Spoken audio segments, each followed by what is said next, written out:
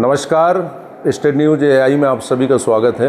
आज हमारे साथ मुल्ताई से श्री गणेश सर है। इनसे जानेंगे कि जो वित्त मंत्री निर्मला सीतारमण जी ने बजट 2026 में जो बजट पेश किया है, उसमें उन्होंने कहा है कि बच्चों को लेकर कंटेंट क्रिएट किए जाएंगे, इसके लिए लैब्स का भी निर्माण होगा। आज गणेश सर हमारे साथ हैं।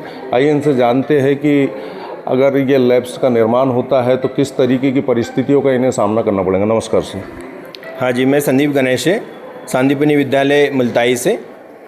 जी बोलिए सर। मैं आपसे ये जानना चाह रहा था कि इन लैब्स को चलाने के लिए क्या शिक्षकों को विशेष प्रशिक्षण दिया जाएगा या बाहरी विशेषज्ञों पर आप निर्भर रहेंगे?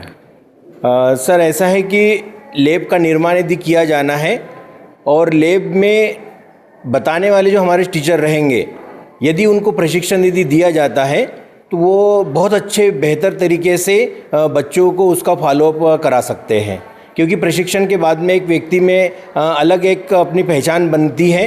कुछ वो ग्रहण करता है उसके बाद में, और कुछ, क्योंकि सीखने की जो प्रवृत्ति होती है, व्यक्ति जीवन भर सीखता ही है।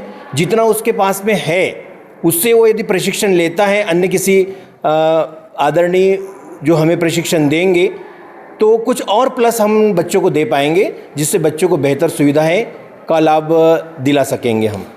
सर, आप सरकार के इस कदम को किस नज़रिए से देखते हैं कि बच्चों के हित में रहेंगे? क्या इनकी प्राइवेसी इस पे कोई इसका प्रभाव तो नहीं पड़ेगा? जो भी अध्यापन से संबंधित जो कार्य किए जाते हैं, वो पढ़ने की बजाय यदि मान लीजिए कि प्रायोगिक कार्य के रूप में यदि हम करते हैं तो बच्चा ज़्यादा सीखता है।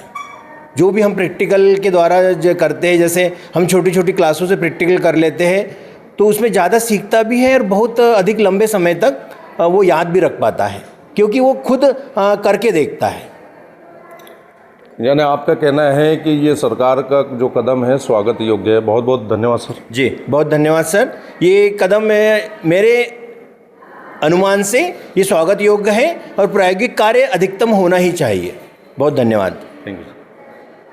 हमारे साथ इस वक्त स्कूल की एक छात्रा है। आइए इनसे जानते हैं कि भविष्य की योजना के अंतर्गत क्या आप इस लैब को केवल मनोरंजन के रूप में देख रहे हैं या इसे एक गंभीर कैरियर विकल्प के रूप में अपनाना चाहते? बताएं।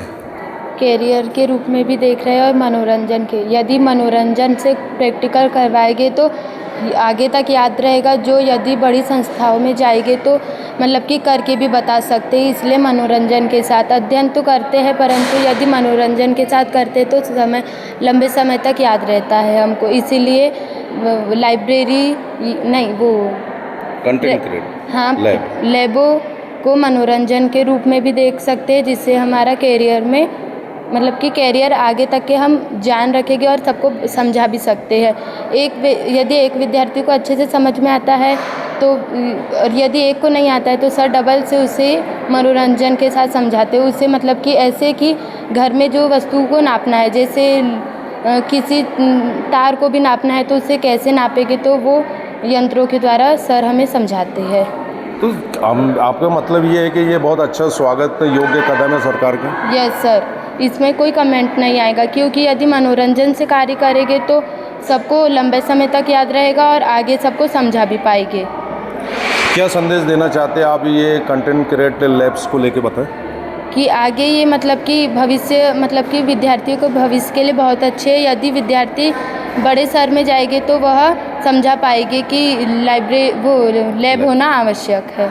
आपका नाम बताएं please. Vaishnavi Chauhan. Thank you.